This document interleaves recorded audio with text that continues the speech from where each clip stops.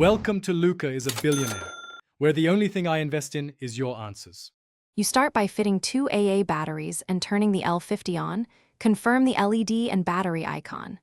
Once powered, attach the clamp or magnet so the unit sits flat and stable against the workpiece. Next, set your units to inches or millimeters and place the L50 on a known straight reference edge.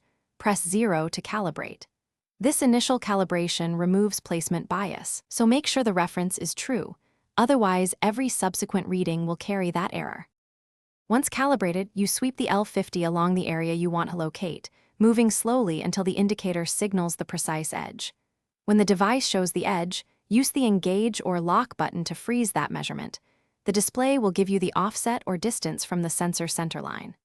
Then, transfer that numeric value directly to your tool, mark the workpiece, clamp a fence, or dial the machine to that offset. This locks accuracy into the next cut or hole. To finish, verify the measurement by sweeping back from the opposite side and comparing values. Consistency within a few thousandths means you're good to proceed. If readings drift or vary, replace the batteries and re-zero on the reference edge. Intermittent power or low voltage causes most instability. Also, make sure the contact area is free of paint, oil, or metal shavings. A clean surface ensures repeatable accuracy, and if problems persist, recheck the clamp alignment and try a different reference edge. Thanks for watching and please subscribe. It's the best investment you'll ever make.